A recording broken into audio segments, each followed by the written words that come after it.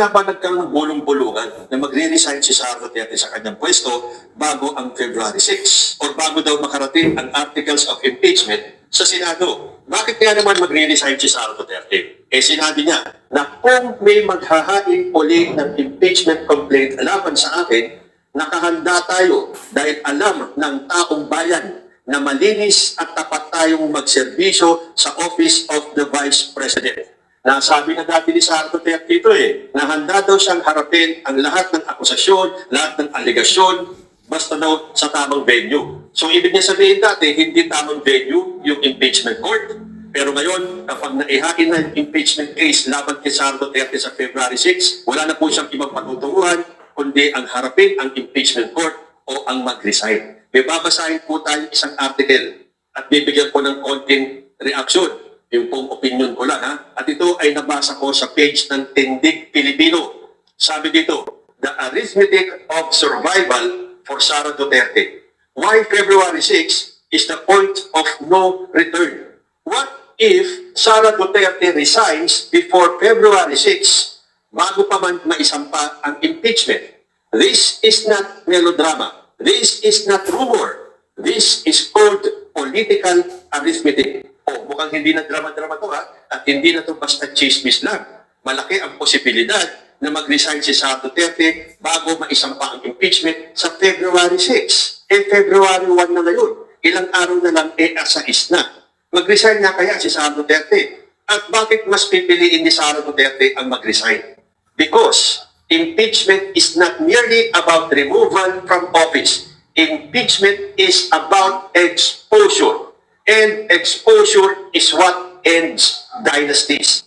Kasi nga naman, oras na ma-impeach si Sara Duterte, ma-expose po lahat ng kanyang itinatago. Yung napagtagumpayan ng mga Sara Duterte senators nung unang impeachment under Chis Escudero, mukhang mahihirapan na po silang harangin ngayon. At kapag nag-umpisa itong impeachment case ni Sara Duterte, lahat ma-expose. At yan ang kinatatakutan ni Sara Duterte. Tuloy ko.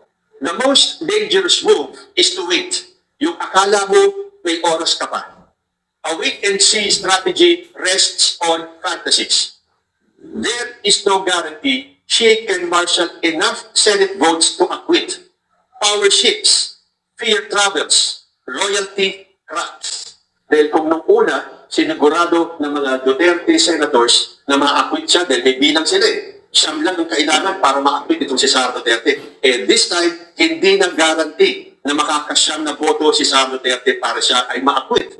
There is no guarantee. The Supreme Court will once again interpret timing rules in her favor dahil nagdesisyon na ang Supreme Court. Alam nga naman, ulitin na naman nila yun. Kakarami na naman at gumawa ng kung ano-ano dahilan at baguhin na naman ang konstitusyon para lang maisalma si Sara Duterte. The Court has already shown it can define when a complaint is acted upon, even as early as referral to the Committee on Justice. Ang ibig sabihin nito, hindi kailangan ng trial para magsimula ang countdown. Hindi kailangan ng debate. Kailangan lang ng galaw. Isang araw lang ang kailangan.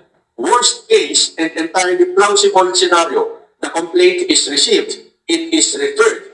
It is deemed acted upon within hours, possibly the same day. At that point, sarado na ang pinto. Once the procedural trigger is pulled, wala nang atrasan. Kung nandyan ka pa sa pwesto, you are impeachable. And once impeachment moves, exposure begins. Nakakatakot talaga yan. At yan ang pinangangambahan ni Sara Duterte. Dahil kapag pinabayaan niya na matanggap yung complaint, ma-repair, and deemed acted upon, pwede mangyari yan sa isang araw lang, wala na. Wala na siyang kawala. Kailangan na talaga yan, harapin yan. At kapag naumpisahan yan, tulad niya na sinabi natin kanina, ma-expose po na gusto ang Sara Duterte. What she truly fears is not the vote. It is the spotlight. Because impeachment is not just a political process. It is an evidentiary one. So hindi takot si Sara Duterte sa boto. Kung maka-one-third man ng boboto para ma-impeach siya. Kasi ngayon, sa bagong ruling ng Supreme Court, sa House pa lang, meron ng pag-uusap. Doon pa lang makakalkal na lahat ng ebidensya. At yun ang nakakatakot because the spotlight will be on Sara Duterte. It drags out documents. It compels testimony under oath. It forces receipts into the open. Oh, hindi pa nakakatakot yun? Lalabas ang mga dokumento sa ayaw at gusto man ni Sara Duterte. Mapipilitan siyang magtestimonya under oath. Kung nung dati ayaw niyang manumpa sa kanyang mga testimonya, dito hindi na po pwede yan. At ang mga resibo ay maglalabasan. Mabubuksan lahat. Naalala ko tuloy yung tanong ni dating Senator Sonny Trillanes sa mga DDS. Sa mga supporters ni Sara, hindi ba kayo interesado na malaman kung totoo ba yung allegation ko na may mahigit 2 billion si Sara Duterte at Mans Carpio sa kanilang bank accounts? Kasi kung lumabas siya na wala, hindi mapapahiya ako. Ganun lang po simple yan eh. Ang binig natin, pati yun, ma-expose na. At that point, hindi na ito propaganda, hindi na ito political harassment. It becomes national knowledge. And once the Filipino people see the full paper trail, once graft and corruption are explained in public hearings, something irreversible happens. The myth collapses. A nation may tolerate abuse. It may excuse power, but it does not easily forget documented corruption read aloud, on record, at alam niya ni Sara Duterte. Kasi kung nung dati, ayaw niya sumagot sa mga aligasyon, she gets away with it. Ayaw niya lang kasi magpaliwanag eh. So, hindi naman siya mapilit ng taong bayan.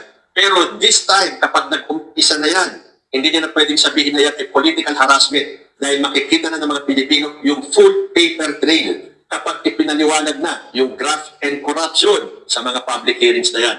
At sigurado, guguho ang isang Sara Duterte. The true danger is not 2026. It is 2028. Because if impeachment proceeds to full exposure, the damage does not end with removal. It follows her into every rally, every speech, every attempted comeback. By 2028, she would not be running against rivals. She would be running against her own record, endlessly replayed. No machinery can erase it. No slogan can outpace it. No dynasty survives prolonged daylight.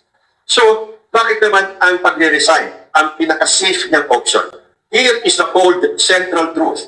You cannot impeach a vacant office. Therefore, if Sara Duterte resigns before February 6, 2026, impeachment dies instantly.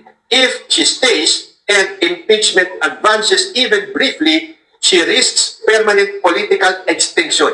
Resignation is not humility. It is not accountability. It is evasion with timing. So kapag nag-resign siya, ano iisipin ng taong bayan?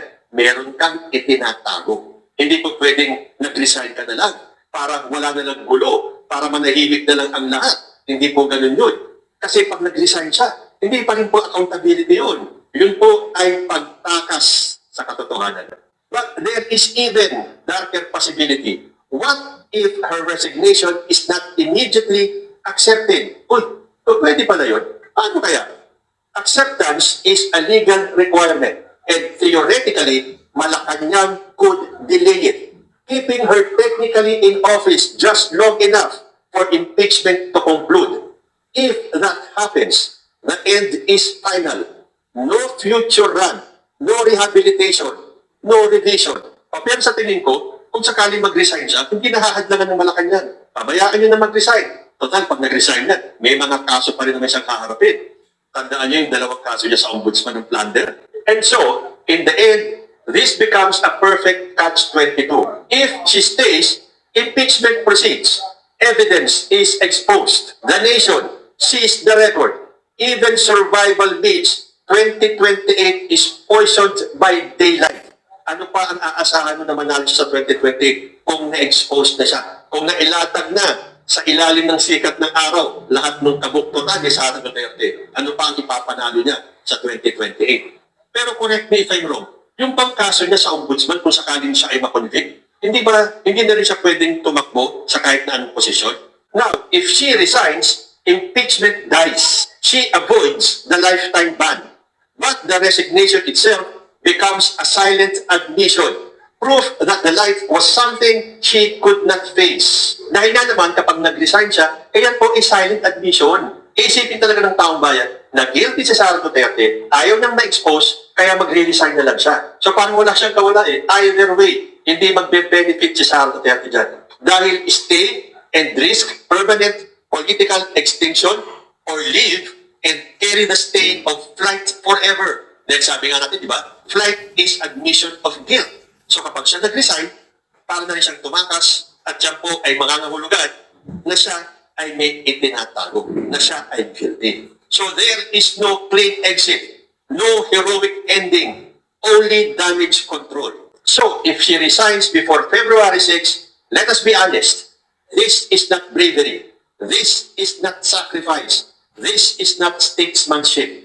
This is the recognition that exposure is more dangerous than removal. That once the truth is aired before the entire Filipino nation, 2028 is lost before it begins. Dahil nga naman, kung magre-resign siya, tapos ang impeachment. Hindi na-expose yung mga dapat malantad. So mas gugustuhin niya na mag-resign na lang, kahit na isipin pa ng taong bayan na siya ay tumakas dahil siya ay guilty. Huwag lang ma-expose lahat ng kinatatakutan nilang malantad. So, she may escape impeachment. She may dodge the lifetime ban. She may preserve a legal path forward. But history will record one unforgiving path. She did not stay to be judged. She left before the evidence could speak. And in the long arc of accountability, running is never innocence. So kapag nag-resign siya bago ang February 6, yan po ay nagpapatunay na hindi inosente si Sara Duterte.